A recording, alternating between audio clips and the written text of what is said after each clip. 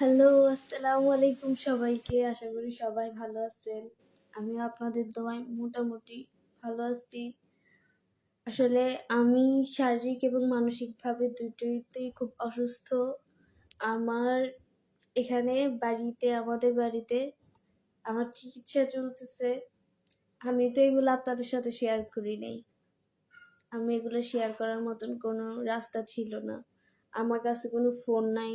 আমি আপনাদের সাথে কিভাবে যোগাযোগ করব? আমার কাছে কোনো ফোন ছিল না। এটা আমার একটা কাজিনের ফোন। আমি সেই ফোন থেকে আপনাদের সাথে সব শেয়ার করতেছি।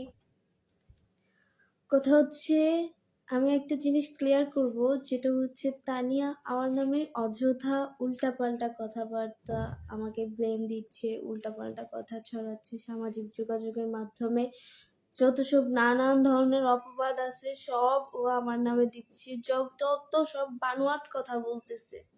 আসলে আপনারা খেয়াল করে দেখবেন, ও যে ভিডিওটা দিছে সেই ভিডিওটা ও নিজের মন থেকে কিছুই বলে নাই, নিজের ভিতর থেকে ও কিছুই বলে নাই।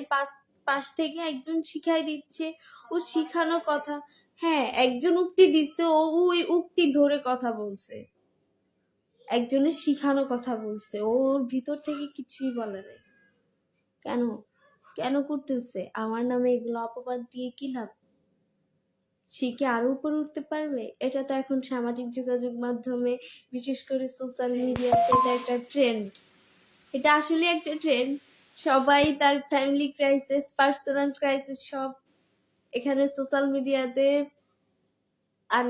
মিডিয়াতে নিয়ে আসে। এগুলা সব নিয়ে আসিয়ে নিজেরা ভাইরাল হওয়ার জন্য কত কিছু করে। আমিও কি ধরে নিব সে আমার নামে যত উল্টাপাল্টা কথা বলতেছে, নানা ধরনের অপবাদ দিচ্ছে,